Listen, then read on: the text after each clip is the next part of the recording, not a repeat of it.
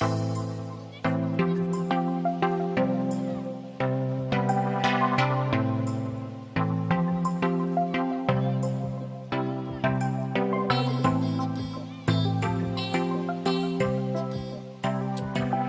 so hopefully everybody can hear me. We'll get started. I'm sure there'll be more people jumping on as the first injury hits the Pro Bowl. Um,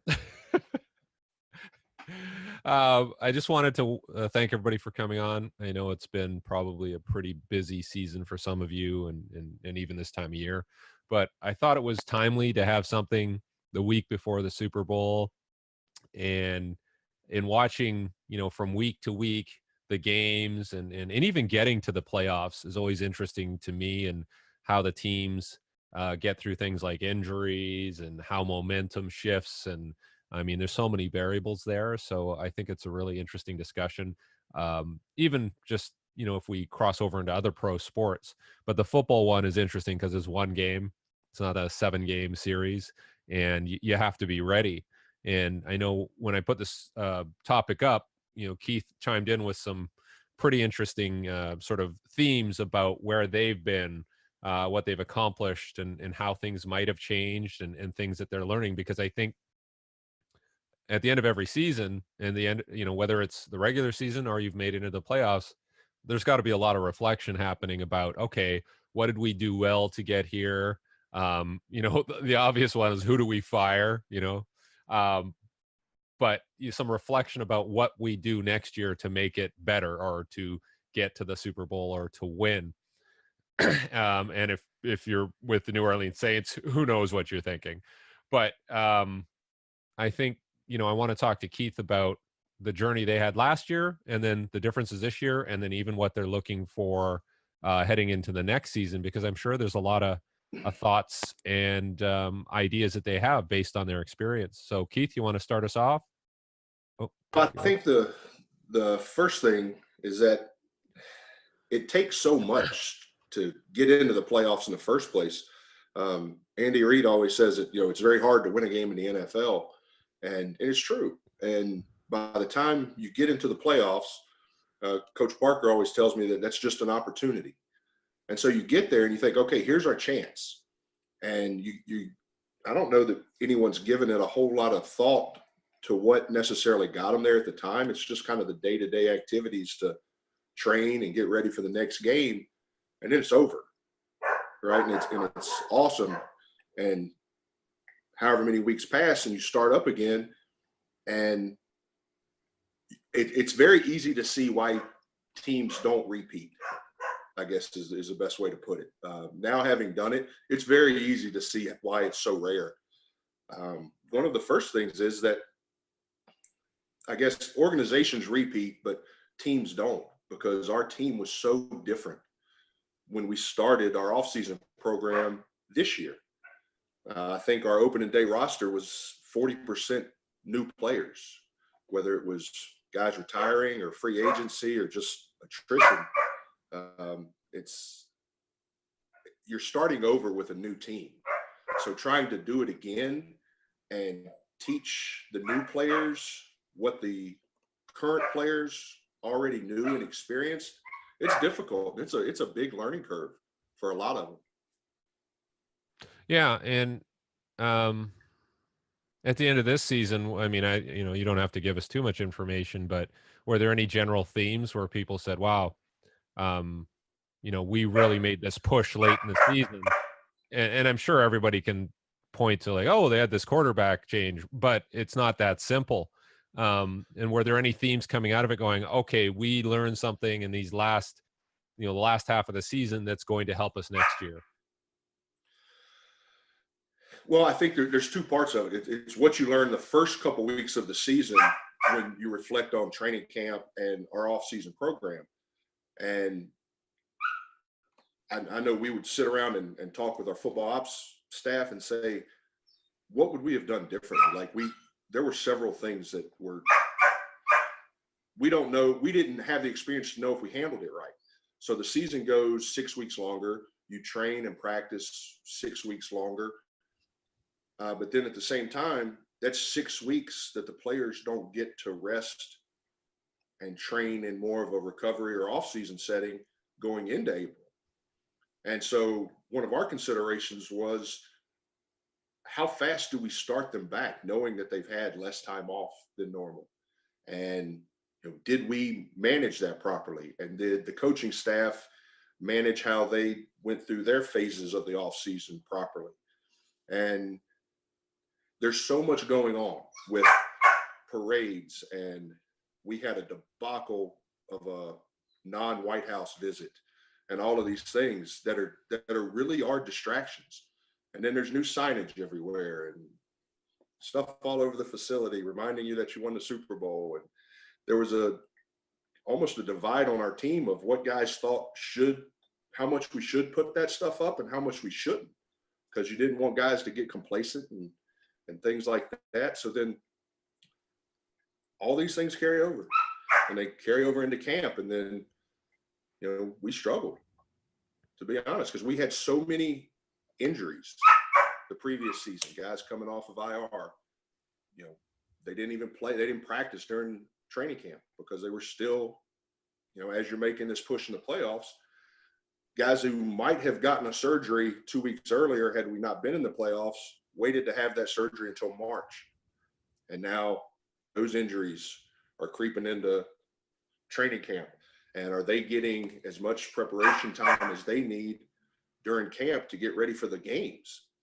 And we had players miss games earlier in the year that were big, components of our season the previous year, but because of that. So how to manage everything that comes along with it, it was a learning experience for us. No, some great points there, Keith. Thank you very much for sharing that. Sean, I want you to jump in next, because I would think that if you look at from a team, staff, organizational point of view, that's one thing, but then you're seeing individual athletes and getting their take on things and how their season went and what did they think they did well. And how do you kind of take all that information and gather your thoughts on what makes a winning team or winning environment? Well, first off, I want to thank Keith for his complete transparency there, because that was some awfully good insight that I don't think we would have if we didn't have an individual staff member in the room or in the round table right now. So Keith, thank you for your transparency there in regards to what you guys might have done right, wrong, indifferent, and all of your observations, because that was pretty cool. In fact, it was some questions that I had listed down or written down for you at some point here throughout the course of the conversation. So thank you. Derek, I think my perspective is a little different, because I always have to center my conversation back onto what the players and where the players are at in sort of their time scale, not only in their career, but in their respective kind of where we feel that they could go as far as their skill acquisition or physical potential is concerned. And so for me, it's always a reflective process in regards to how that player handled certain constraints that all coalesce for them, their peculiar constraints that coalesce for them in that particular season. I might have guys who are playing right now. I have a couple in this game, obviously. But yet on the same token and note, there were guys that obviously fell well short of where we anticipated or expected and had our goals and visions set at. So from an individual standpoint and basis, we have to sit down, and this is what I've been doing over the past 3 weeks, at least for players who are already done. And I don't have any horses in the race next week. So for me, right now is a really important and imperative time to get those reflections from the player while they're fresh in their minds, and to get them to reflect on what we set out for at the beginning of the season, what we may or may not have achieved, and what we have to do differently in order to ensure that maybe what went wrong doesn't happen again, or what went right we can build on top of. And every year is so different, even when you see players who maybe have been with me for a significant period of time. It's always N equals 1, just like every given week. There's so much nonlinearity to the way that performers perform on NFL Sundays, sort of speaking to Keith's point on regards to how dang hard it is to repeat, or how hard it is to get back even into the playoffs. And that one of those, that Andy Reid comment or quote in there kind of speaks to that as well. It is difficult to do anything in the National Football League consistently, repeatedly, and at a high level. So for me, it's always this individual by individual basis. Obviously, context is key there. And it's always this really dynamic, complex system in the way that it interacts, you know, even for players who might have reached the Pro Bowl, but we still fell well short of their individual goals. And, you know, so I think for me, it's a little different than in the team setting, but we can always bring it back to some questions that we probably will address at some point over the next hour would be around the players and the way that we can lift them up and the way that we can help them achieve their own performance potential. And obviously all hands on deck in order to do exactly that. So it's always sort of this sticky situation where me being an advisor for them in one way, shape, or form, whether it's just in regards to their movement skill or whether that player entrusts me to do more for them from an overall totality of their performance, to inject what it is that I bring to the table and what it is that other people do as well. All members of the staff, obviously, that they have on their respective team, and that player may have on their own individual team as well. You know, individuals that they may seek on the outside from a medical standpoint, or just even things that they wholeheartedly believe in for that may or may not be being, you know, exposed to at the actual team itself, whether it's, you know, soft tissue and mobility and acupuncture and massage and psychology and nutrition, whether that's in-house or whether that's out-of-house. Trying to kind of be who you need to be for that player, I think, is important. So even for my personal reflections, that's something that I do just as I expect my players to do as well. Yeah. Are you very careful about getting into discussions of tactics and strategy and maybe some of the football coaching side? And I know you fashion yourself as understanding the game, but are you very careful about saying, you know, this coach doesn't know what they're doing, or you guys screwed that up, but are you just controlling what you can control? Yeah, I mean, I think you definitely, it's a slippery slope if you start overstepping those boundaries, certainly. But on the same token or the same note, I want to try and get in that player's human movement system, if you will. So I have to understand certain tactical strategies that player may be expected or entrusted with. So if I'm going to try to guide perception in action, I have to try and understand their intentions. And sometimes understanding that player's intentions, I have to have that dialogue at least with the player. As far as, you know, what were you expected to do on this respective play? For example, when we're going through our film analysis, I have to understand what their roles and responsibilities were, if they fulfilled those roles and responsibilities from a tactical standpoint, and maybe what they're expected to do from their coaching staff. But most certainly, I will never really overstep my boundaries and say, you know, this position coach sucks, or you know, that they should have done this different or that different. Because I think obviously that's not my time or place to do exactly that. But it's certainly dialogue I feel sort of that I have to have the responsibility to have if I'm going to ever try to understand how that player is actually solving the problems on an NFL Sunday. Yeah, very good point. Very good point. It has to be addressed on some level.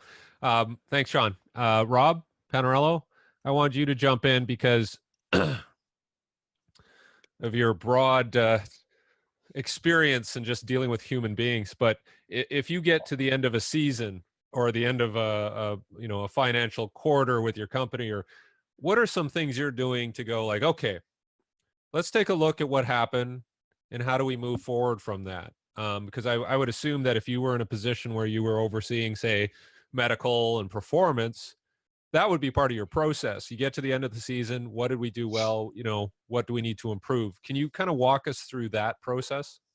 Yeah, I could tell you that there's an unbelievable correlation between coaching and being in a position of business authority, because it's just a different team. That's the first thing. I think Keith hit it right on the head when he said that it's not the team that repeats, it's the organization. And so essentially what you have to do, whether it's with your staff or with your players, I would imagine, since I'm not in the league, is that you have to be able to identify, right? Once you identify, whether it's staff, players, whatever, you have to be able to acquire, you have to be able to train them, and then you have to be able to replace them, whether it's through injury, career-ending injury, free agency, retirement, whatever. And you need to have that culture throughout the system, whether it's football operations, to medical staff, to performance staff. Everybody has to be on the same page regards to that process of identifying, acquiring, training, and replacing. That's important. And so, you know, if you want to go specifically to the medical performance side, when they're on the same page, there's always something you could do in performance when someone's injured. You know, week one post-op, there's always something both parties can do. And it can't be a situation for optimal return in the shortest period of time that we're going to rehab somebody and you'll get them when we're done. That can't be if you want to optimize the situation. And so I think as you review, if you wait till the end of the quarter, it's too late, right? Because you lost the quarter. If you wait till the end of the season to figure out what you're going to do in the playoffs, you're done. And so I think going into the season, you have to say, okay, we're going to make the playoffs, and this is what we're going to do to get there. And then once we're there, this is how the process continues. And that's probably easier said than done, you know, as Keith has pointed out. And so I think that when you plan this whole continuum, all right, so in regards to injuries, right, we know there's a continuum of healing, and we know that there are certain physical qualities or training of specific different physical qualities that can be introduced at certain periods of time based on the healing process. That has to be done precisely so you don't lose time. That's just one aspect of it. The player's hurt. Who have you identified that's left in the league to come in, you're going to acquire and adapt them to their system? And I would always say, something Coach Parcells used to say, I'll take somebody with a little less talent that just fits the right kind of guy. You know, Coach Knox would tell you, my best players have to be my best guys. So there is a cultural fit there. And so to go full circle, I just think that the whole entity has to be on the same page with regards to culture and a structure. If X happens, we're going to do Y. Does it mean you can't deviate or bend the rules from time to time based on the situation? Of course not. But I think the main structure has to be in place in a proactive way that it will evolve over time versus reactivity in regards to, you know, what are we going to do now? Yeah. Too late. Yeah, no, very good points there. Very good points. Thanks, Rob. We'll jump back to you. I'm going to get Chad Dennis to jump in because, you know, we're going to go from what my initial question was, what do you do at the end of things? But Rob said, let's look at the beginning, and Chad's starting with a new project. And Chad, you want to give us some background on that? Sure. I'm the head strength conditioning coach for one of the new Alliance for American Football teams with the Birmingham Iron. So there's 8 teams in the NFL. I'm sorry, in the AAF, excuse me. So we'll be playing games starting in February. It's the first weekend after the Super Bowl. So, of course, we've been going through this preparation process that we are familiar with. Started in December going, for a couple of weeks. Took a little break for the holidays, then really got started in January. So I'm currently in San Antonio. All 8 teams are in San Antonio. So we've all been going through training camp at our respective sites here in San Antonio.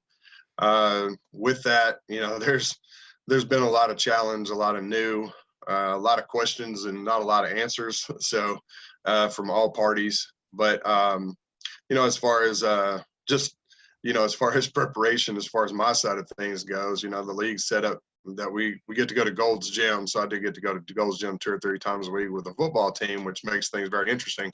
But so as you guys can probably fill in the blanks and imagine, but with this, we're having to since it's such a different dynamic than having a facility, at an NFL team and, where Keith is familiar with, and I've been in that situation too, where, you can have guys go, you've got everything right there. You're in one spot and, we're having a bus and transit everywhere. And then, so that creates definitely a dynamic there. Little we get off the bus, we change into our cleats and we go to a high school practice field and we get going. So, there's been some issues as far as that goes. And again, learning experiences by everyone. We've had a situation where I'll speak for just my particular area, but we've had a situation where one of the coaches thought it was a good idea to, once we got through warming up, to essentially go full speed right into a special teams drill. So that's created some problems early on. So we had to work through that. The training staff, myself, and so the medical team. So we definitely had to work through that and work with the head coach and kind of repositioning some things. But so there's been like I said, there's been a lot of new. As far as preparation and training, there's definitely been very little of that. With December, going back to December when we started, we had a mini camp, so we were around the guys for about 3 days. I did a version of a conditioning test just to see, and just to see what we had. They did pretty well considering, and so then we did a conditioning test when we got to San Antonio. Guys did really well. They handled it well. They essentially had about 2 to 3 weeks to start to prepare themselves for this. Clearly not that much time. Then you're looking at 2 holidays in there, sandwiched in there also. It's pretty much just, we got started and we started practicing. Of course, football coaches are like, hey, we don't have that much time. We've got 4 weeks to get everything going. They're trying to cram. As far as practice goes, meetings and so on. And, we get to sprinkle in a little bit of weightlifting, a little bit of weight training here and there. And, that's pretty much what it's been. So, it's clearly not ideal, but it's brand new. And, like I said, almost every day is a new day. So new questions pop up and new answers pop up in this situation. So. Yeah, thank you. Are there things, Chad, that you're trying to establish? Like if we go back to Rob's discussion, Mm-hmm. are you trying to establish some tones, some themes, some things that so you don't run into problems like later in the season and then you're going, whoa, that got out of hand? And I know you are very limited with the amount of work you can do, but even on a social or personality level and connecting with the players, are there certain things you're trying to do to establish, for lack of a better word, a culture? Right. It's still primarily coming from the head football coach as far as the culture goes and how he's wanting to build his team and from the way we're set up. So we're under a health and wellness category. And so strength conditioning is obviously, sports medicine is under a health and wellness. And so I'm actually hired by the league and not by the team. So, which that's the way they came up with, to try to make sure you're not lumped into, in other words, obviously we know that coaches, come and go, and strength coaches can come and go along with them. So that way they've tried to remove some of that. So as far as that goes, really, I'm trying to just work on establishing just fundamentals of, recovery and training and some of these process. Really, we're so much more focused on recovery and things such as soreness and things like that. And just because of where we are right now, I would say right now there hasn't been just a strong, there hasn't been a lot of opportunity to build just a strong culture, if you will, of training yet. And it's been going through, obviously with football, the football practice has been going on clearly, and that part is being built, but it's in the sense of, if you want to separate it into a category of, hey, now we're into a training period, there hasn't been just a lot of opportunity there. But so I've been making a lot of individual connections, and guys are clearly asking questions and wanting answers and solutions. And so I've been trying to address that with them individually primarily, just because that's been the most opportunity that's been allowed, if that makes sense. Yeah, absolutely. Okay. By the way, when is the first game? Our first game is February 10th. The league starts February the 9th. So, Okay. And I know there are some games on that CBS Sports Network. Not the main CBS channel, but the sports network that they have. So that's when it starts. Okay. No, that's interesting. I think we're all kind of interested where that's going to go. So yeah, just as an example, quite a few of our guys have been on NFL teams. They've at least been in a camp. So one day the coach asked our team, hey, how many guys have not been in an NFL camp? So at bare minimum, just showing up into camp. Maybe they were there for their off season and got cut at some point. There was only 9 guys out of 75 that had not been in an NFL camp before. So, I mean, it's pretty substantial, right? And a number of people that have at least had some taste in the NFL, and they clearly want to try to go back there. And the league is set up very friendly with the NFL in regards to scheduling. Yeah. No, it's very interested to see, like I said, I mean, how it's received by the public, and then, do players end up feeding into the NFL? That'll be interesting. Right. Yes, it will. Awesome. Okay. Thanks, Chad. I want to jump back to Keith. Keith, after hearing what Chad had said about, basically he's not getting a lot of hands-on time. It's, football's a priority.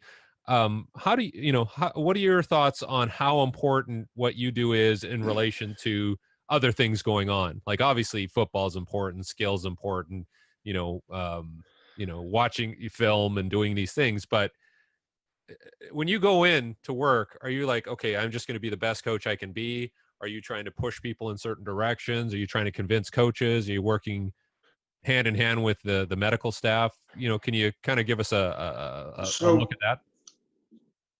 We've always been fairly lucky that the football staff, and I know this doesn't happen, particularly in college football, we don't get a lot of interference from the coaching staff. We spend a lot of time with our medical staff with return to play, just going over different modifications for the players, because none of them are starting from the same starting point, right? They're all in different chapters of their respective lives. So what we do when we start a specific training block, we go through, I have the O lineman and D lineman, and I go through all my guys, and every lift, if they're not able to do it, what's their progression or what's their regression? These are the modifications that we're going to make for each guy. And we sit down and we talk over this with the medical staff, and they're aware of it. Okay, this guy's got a shoulder, so instead of this, he's doing this, or this guy's coming off a knee injury, he's going to do this with the trainers, he's going to do this with us in the weight room. And so we've always had a good relationship with them. And it was a little different this year because a lot of our medical staff was new. So they had some growing pains, starting into training camp as a newer staff. And so because we had these things in place, we think it helped them get their feet under them a little bit, because we were already being mindful of the modifications that needed to be made with each player. And so that's something, and going back to what Rob said, one of the things that we've always done is every month our staff sits down and fills out an after action report. And we go through all the things that we liked about the training block, that we didn't like, that we could do better, and what our plans were moving forward, and what kind of actionables we could take off of that. And to me, that's been one of the best things that we do, because these things are fresh in our head. And this lift and this block was great. This, not so much. We'll never do this again. And so we get to talk through those things in an environment where there's no ego, and everybody can say what they want to say as honestly as they want to say it. And you got to check your ego at the door, because I handle our massage stuff with our therapists, and a guy may say something, hey, the way we're running it right now sucks, we need to do something different. And we all have to take this advice and this critique of ourselves and try to make it better, as routinely as we can. Yeah, and I don't I don't need you to talk too much about what other teams are doing, but is it your general impression that you guys are probably more interactive and communicative as far as teams go? Like, you do pride yourselves on saying that we collaborate? We do, because there's never once the season starts, none of them are 100%. And so we're all having to make some sort of modifications, whether it's a young guy who's not used to training and used to the overall demands of what we're doing, or an older guy who, maybe he only lifts 1 day a week because he's really got to get ready for the game. And so we like to think we spend a lot of time discussing our players and how we can all work together to get them to where they want to be and where we need them to be. And it's funny because I hear staffs talk about how they don't talk with the trainers and they have such a bad relationship with the trainers, and I don't get that. It's not funny, but I don't get it. I don't get how that's an option of not communicating with the medical staff, because it's kind of a symbiotic circle with the different parts having to fit together to make the whole thing go. So I feel No, bad for people that are in that situation. I agree. And are there situations where people have still won in spite of that lack of communication and that siloing? Yes. Yeah. I think we can all agree that there's teams that win that may not have great strength programs, and there's teams that have really great strength programs and maybe they don't win as much, because ultimately it all does come down to the players. And we might have a really big, strong defensive tackle that's not a very good defensive tackle, and that's how it shakes out sometimes. Yeah, definitely. So we'll ask Sean about that. And Sean, I wanted to ask you about your interaction with players from training camp through the season into playoffs, and on an individual level, what kind of conversations are had about, okay, how do you facilitate and how do you assist and provide support so that you feel the player has the best shot to get through to the playoffs and have a successful season? What are some of the things that you touch on? Well, I mean, I think first and foremost, most of that, which what Keith is talking about there, I mean, couldn't be more true. I know your question to Keith there sort of alluded to that, how different teams do it. Keith and his staff is definitely an exception to the rule there, I think. With most interactions that I have with many teams, there's big, huge, tall silos that exist where there isn't often symbiotic relationships that exist between departments, whether it's the football coaches with the strength and conditioning staff, with the sports science staff, with the medical staff, so on and so forth. And like he said, I don't know why that would be the case, beyond egos and beyond wanting to do things in the way that we've always done it. That's the thing that I typically hear. But what we figure out quickly is that obviously each and every party is always part of a bigger, complex system that has so many numerous interacting component parts that there's this huge confluence of factors and constraints. And the reason why I bring that up, Derek, is because I think, sort of to go back to my answer to the first question that we had, is how do I approach the reflection? Yes, it always depends on the player and where they're at, but it also depends on who they are, how they've been performing, what they're battling through, what I can do to maybe potentially contribute to lifting them up or raising them up in any way that I possibly can, with not overstepping those boundaries. I know we talked the last time I was on one of your roundtables, we talked about maybe how I approach any new player or any player that is existing of mine. I reach out to every single staff member that they deal with most frequently on that respective team to see what it is that they're expecting and desiring from that player as well. And then I hope to maintain dialogue as much as I possibly can, whether it's their position coach first and foremost, especially because I sort of exist as this conduit or this liaison between the player and their movement or their movement skill on field, or so I view myself as. And so I have to talk to that position coach, or I attempt to talk to that position coach anyway. And of course, the strength and conditioning staff, the athletic training staff, and really anyone who will talk to me about how they view that player in the respective organization and what goals they personally have for them. But then most importantly, sitting down and having those conversations with the player as well in regards to where they want to go, what gaps they still feel when they're out on an NFL Sunday in regards to the problems that they're attempting to solve. And that troubleshooting really does differ from player to player. There's some players who are much more cerebral in their processes of execution than others, whereas some others may just, have to kind of separate themselves from those issues or those gaps that are existing when they're on the field. Maybe putting up certain barriers. Most people know in regards to one of my longstanding players and some of the issues that were had this year in regards to Everson Griffin. And that actually ended up being a huge challenge point for me.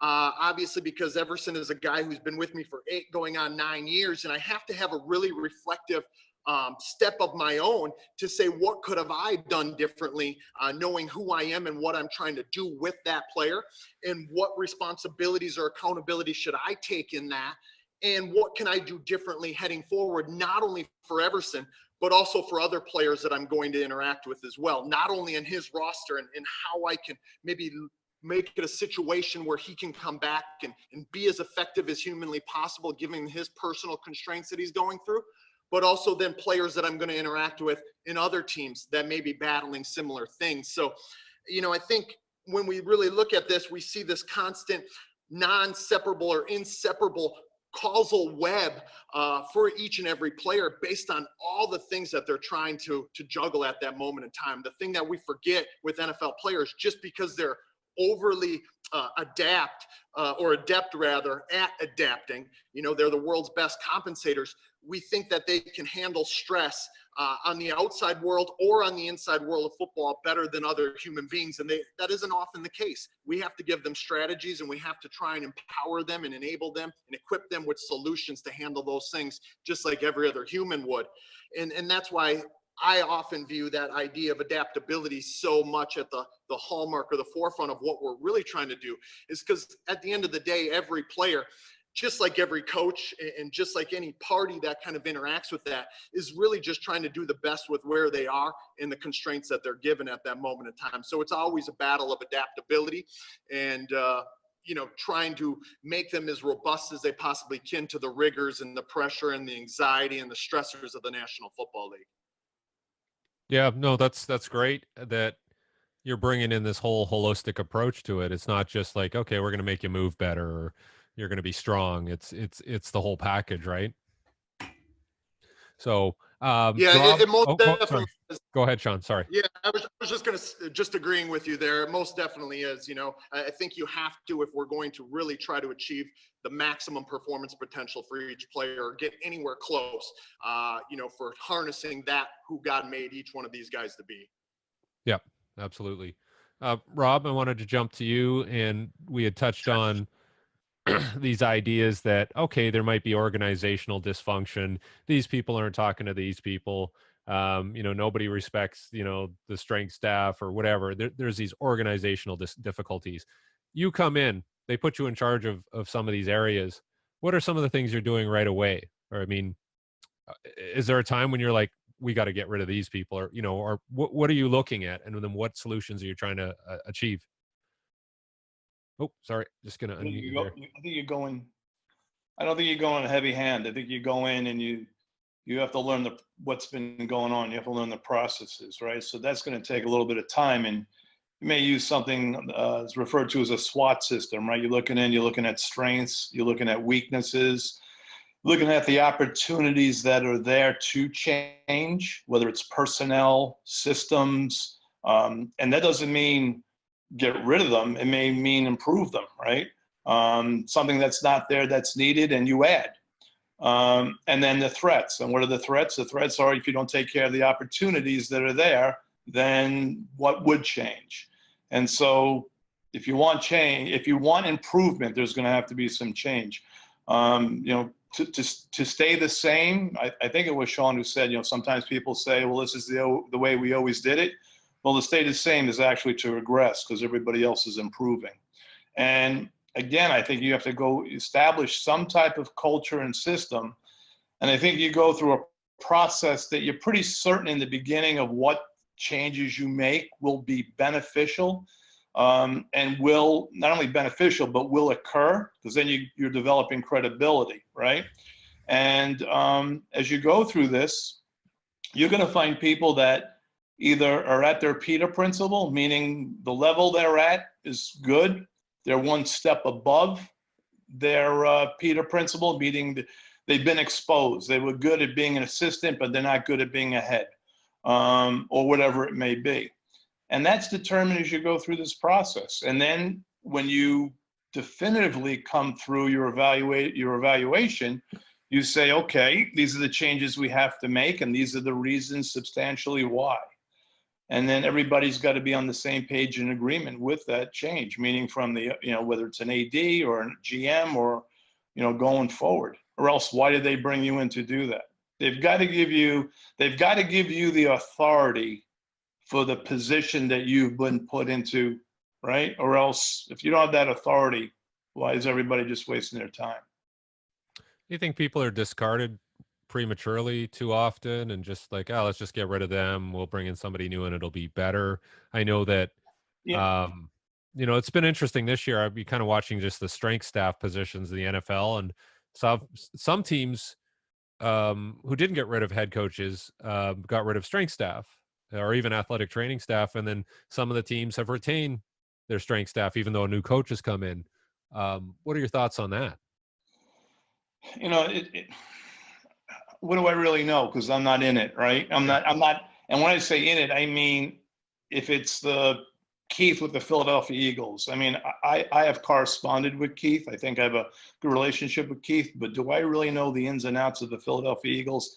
No. And I respect that because it is what it is, right? And so, one thing I've learned is if you're going to listen to the fans, you'll probably be watching the game with them eventually. And so you need to really need to be part of what's going on inside to really make a correct decision and to make a correct decision on what's going on and how to change what's going on if that's what's needed. Everything else you hear is speculation, whether it's been changed by the media, whether it's telephone and you're the 1,000th person to hear it, etc. So I don't put much weight into what I hear in the media or from people. You hear a ton of things, but I would imagine there probably are instances that occur of what you just described, but can I tell you definitively? No, because, we're all not with those particular teams. Yep. Good point.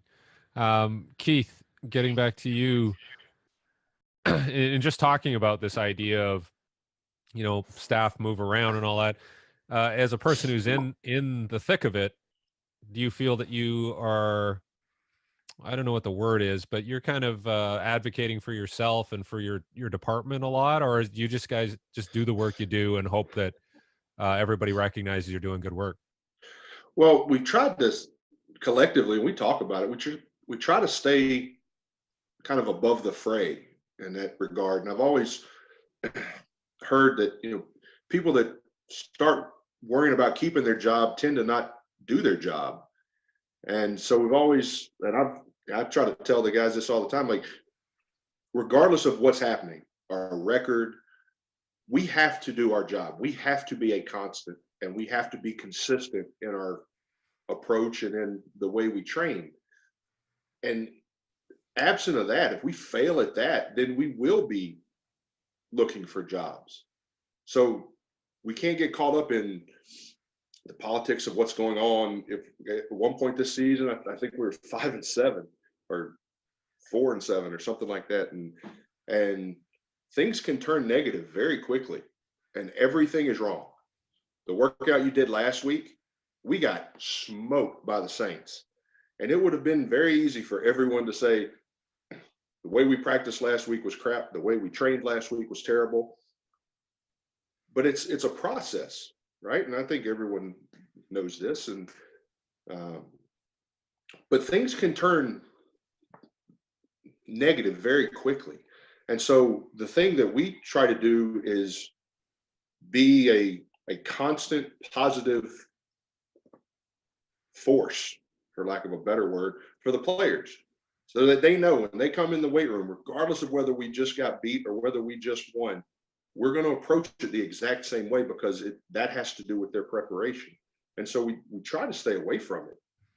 This past year, we had some turnover in our training staff, and some of the people didn't get hired until right before training camp, like I said before. And so they had a learning curve. And if we just step aside and don't help them, we're just as complicit in our failure as they are. So we have to be a part of the solution. And so I've always thought that, like I said, if you worry about keeping your job, you're not as likely to do it as well as you could.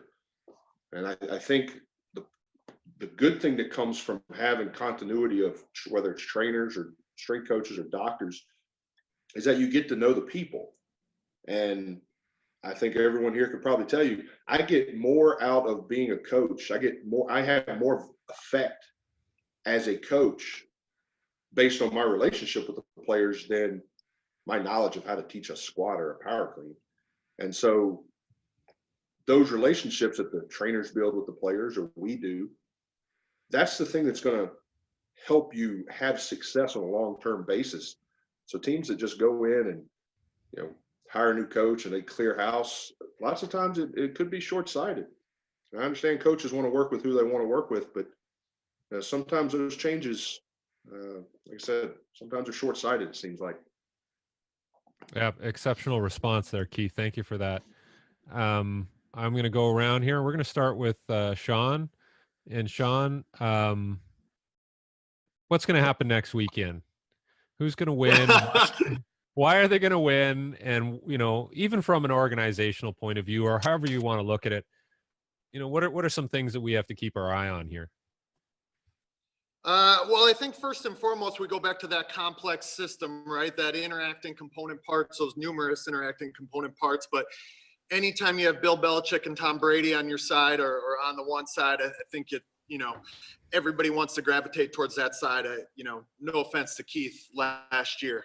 But, on that same token or note, I think even Keith will be able to speak to some of the things that will unfold or that we can watch for as performance coaches or as movement skill acquisition aficionados or whatever it might be, right?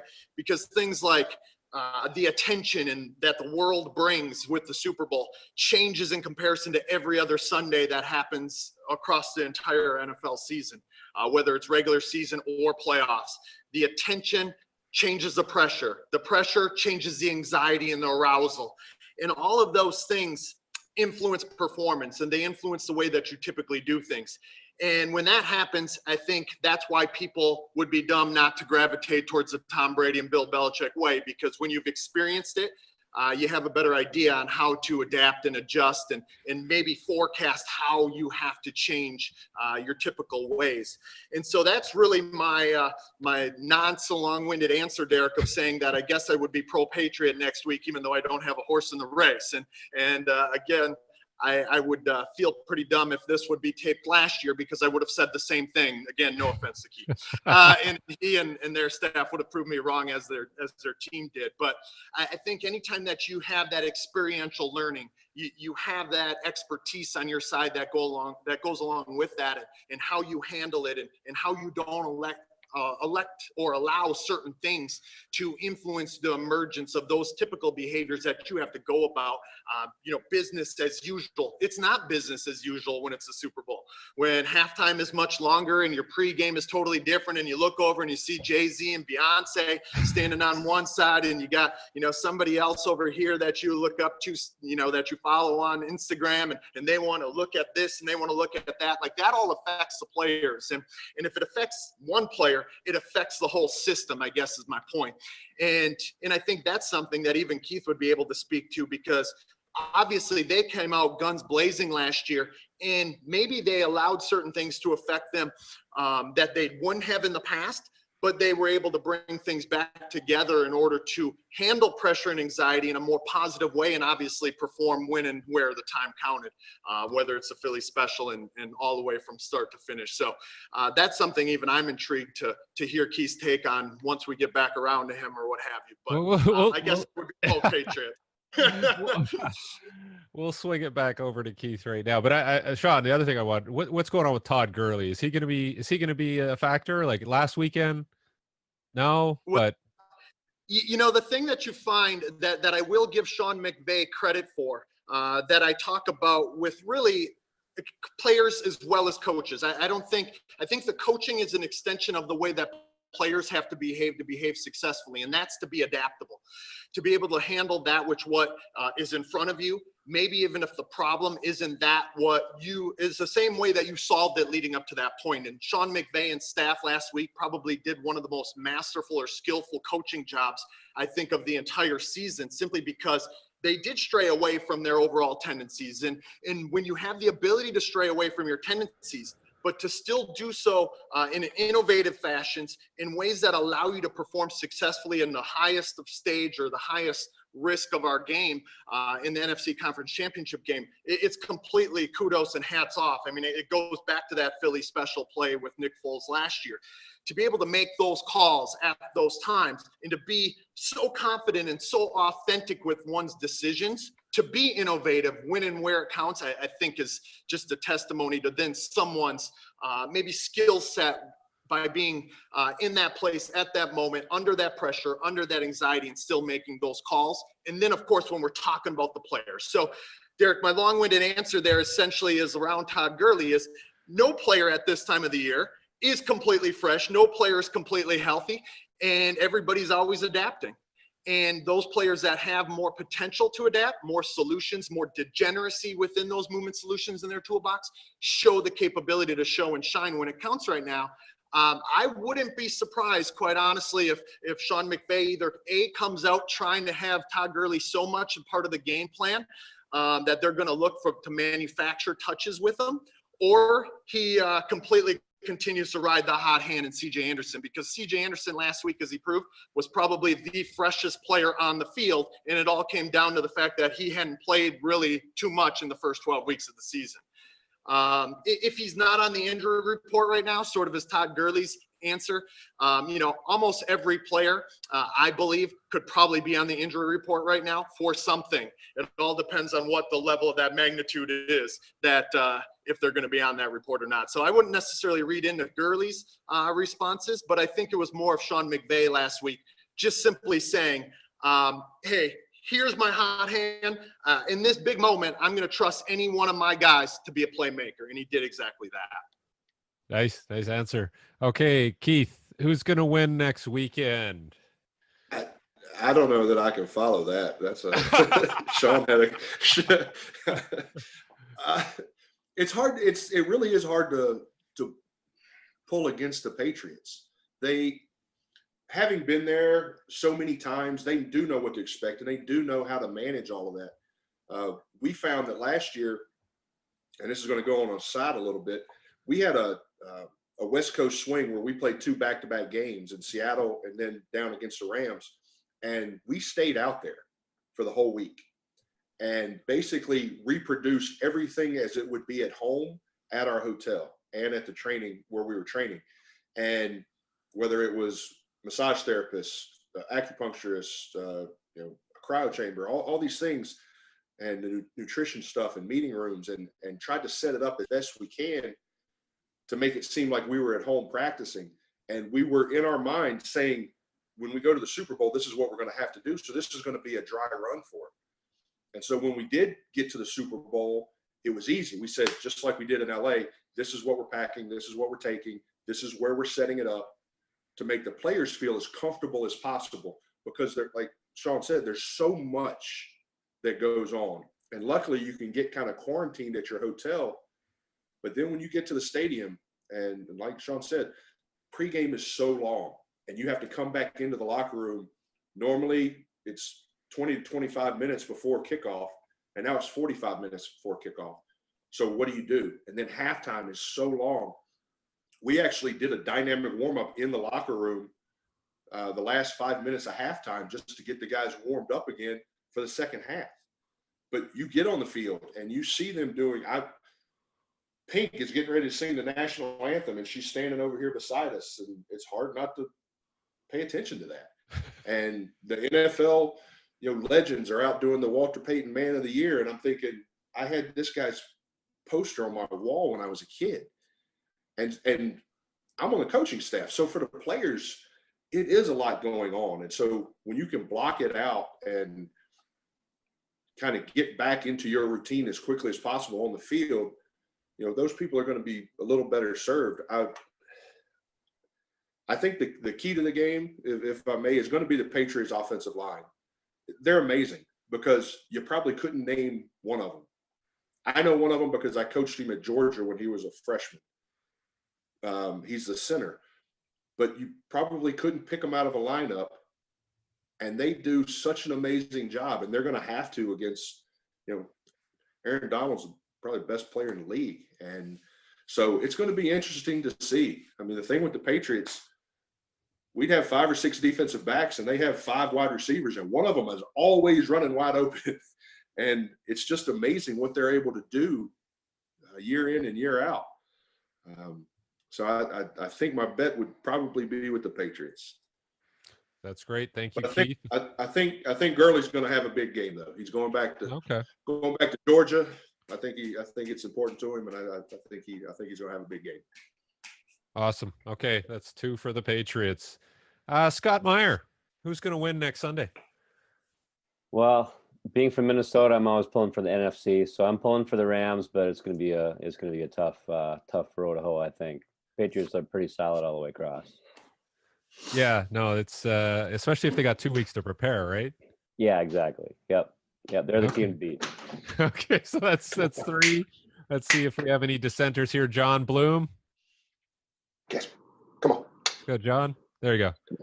I think I'm gonna have to pull for the Rams in this one.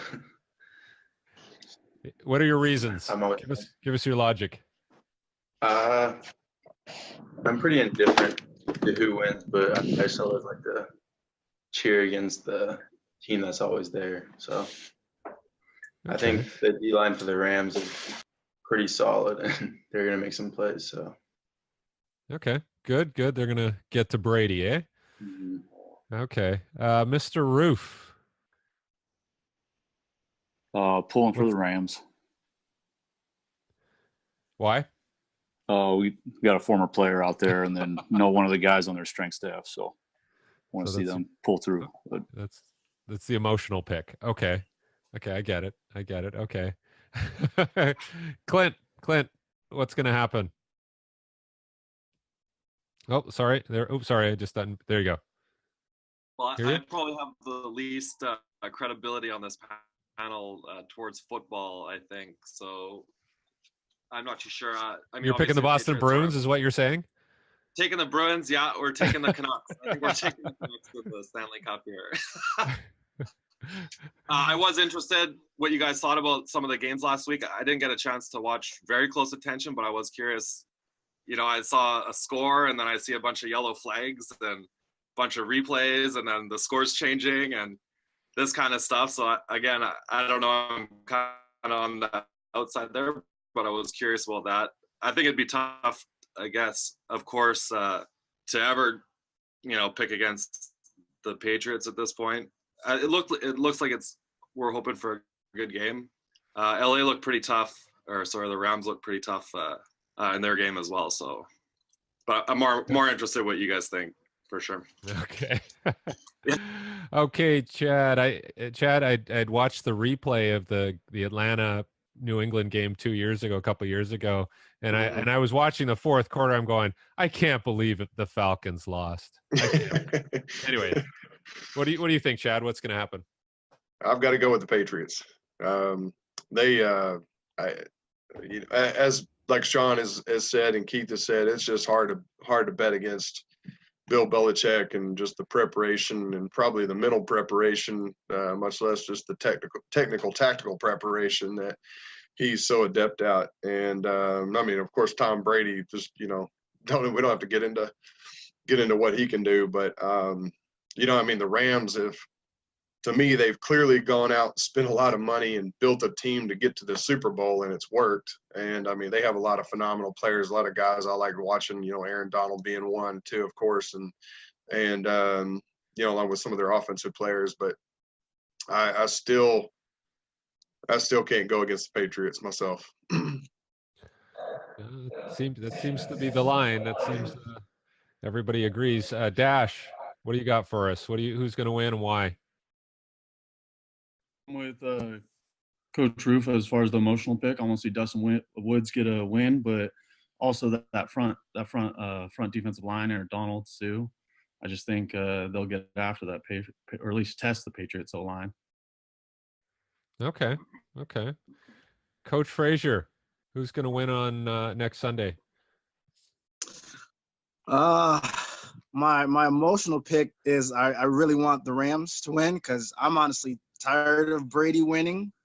But realistically, I'm going with the Patriots. I mean, for the fact that I've worked with the guys that are in that backfield, and I mean, they have James White. I mean, past couple Super Bowls, I mean, he's been unstoppable. So I'm gonna have to go with the Patriots.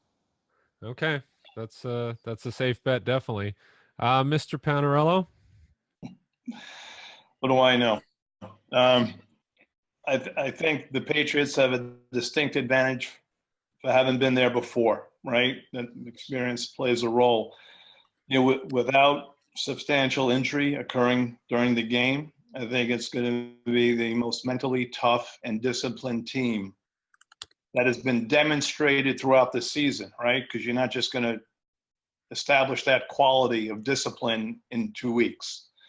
And mentally tough, you know, you don't jump off sides, you don't hit the quarterback late, you don't let the distractions of the Super Bowl affect you. And so, you know, everything else being the same, it's wherever team is mentally toughest or doesn't allow these distractions to affect us the most.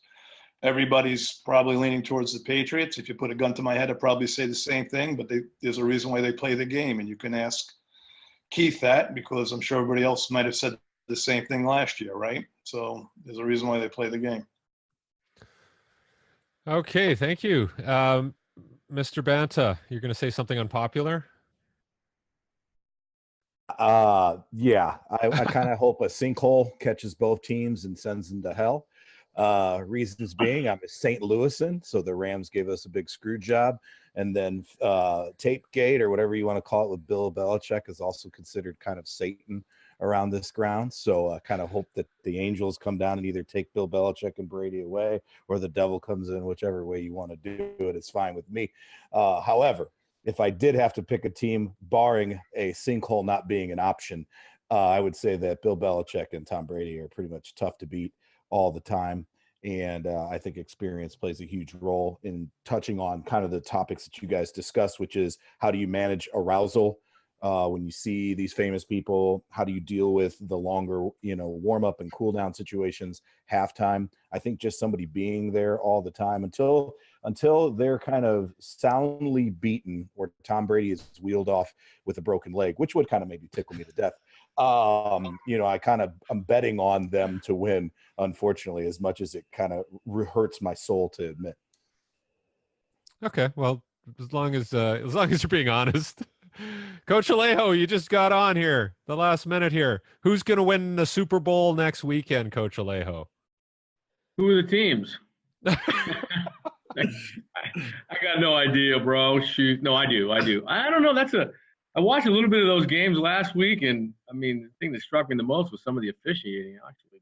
But I'm not sure. I think it'll be a good football game. That's for sure. That's my only thing. Yeah, that's what I'm hoping. I'm hoping there's no pass interference or helmet to helmet or lining up in the neutral zone. Anyways. Yeah, no kidding. Hey, Sean, I saw somebody posted on Twitter that Juju Smith-Schuster hurt his knee in the Pro Bowl. Oh, man. See, I'm going to go ahead and blame it on you for what you said an hour ago. Now. We couldn't even make it through this roundtable without somebody getting hurt in a Pro Bowl. So. The real question is, you know, do we go back and look at their decision to make it in Orlando or to put it in Orlando? Was it weather induced, knowing the complexity of the system there and the interaction between the adaptability and or lack thereof of Juju that allowed him to either not perform or perform to the normal levels that he typically would, or maybe even his arousal as well. You know, his arousal was certainly different at the Pro Bowl probably than it would have been in any given week, whether it's for better or worse, and the way he was managing those processes. I'd be curious to hear the extent of that injury. I saw it pop up in your little note, and but I knew it was going to come back, so we'd have to point blame on you at some point.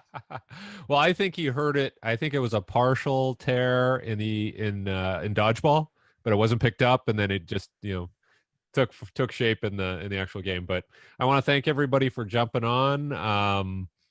And we'll let you watch the rest of that Pro Bowl, and we'll see whose predictions come true next week. And we won't do anything next week, but we'll jump on the week after and maybe do a bit of a recap and just see how things play out. But thanks again for jumping on. Sorry. Chiefs forever. Derek. Chiefs forever, baby. That's my team from now on. Next time you come in town, though, you need to let me know. I'm going to buy you sorry. a man soda. I apologize. I apologize for that. Okay, great. Thanks, everyone. Have a good weekend, and we'll talk really soon. Take care. Thanks, Eric. Yeah. See you guys. Bye-bye.